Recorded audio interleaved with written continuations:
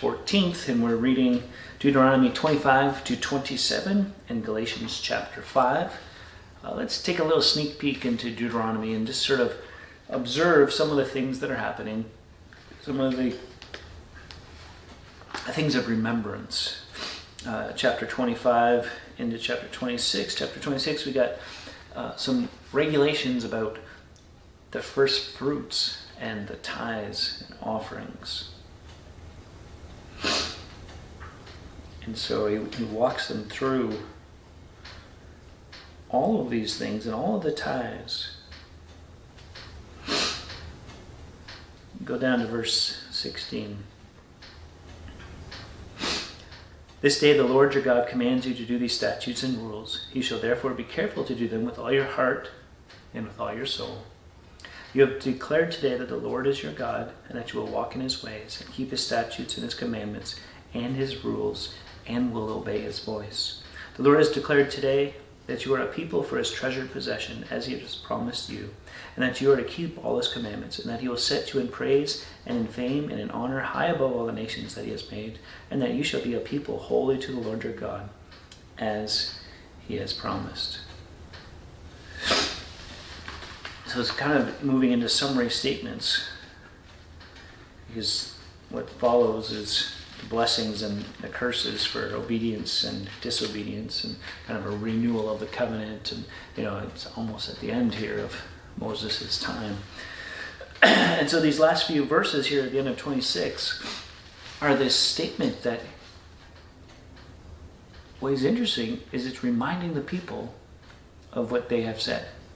It's kind of like your marriage vows, right? Before, when you get married, you make these vows, and whether that's on video that you can go back and watch once in a while, or you have some paper that has those written down to recall and remember the things that you have vowed.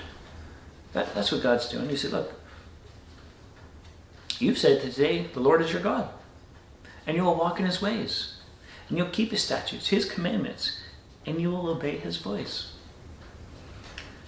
And so the Lord is saying, okay, you're my treasured possession.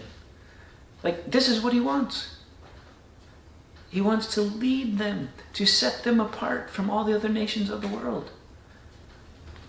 Because they're a people holy to the Lord, as he had promised. Now, think through then as we continue on in the Old Testament and the story of the people of God, the Israelites, and where did they go wrong?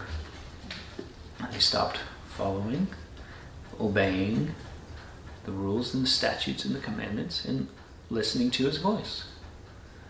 So much so that there's times where he was silent. You get into the Judges, and the word of the Lord was rare in those days. That's a 300-400 year period. No, we could look at this and go, man. Whew. Or we could allow it into our lives as a pause and go, okay, I'm not saved because of my obedience or because I follow the rules. I'm not set free because of those things. But this covenant that I've entered into, Jesus has done all the work. Peter says, be holy as I am holy, not talking about himself, but both the Lord Jesus.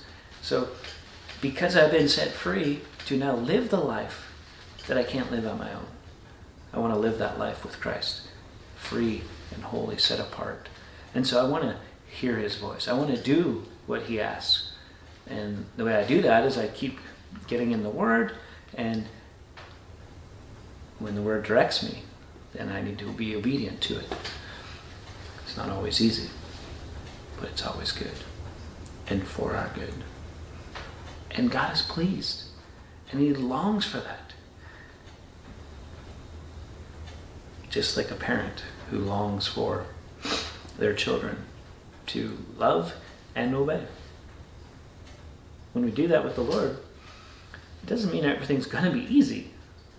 But if you can keep the junk to a minimum in your life, it's going to definitely be a lot smoother.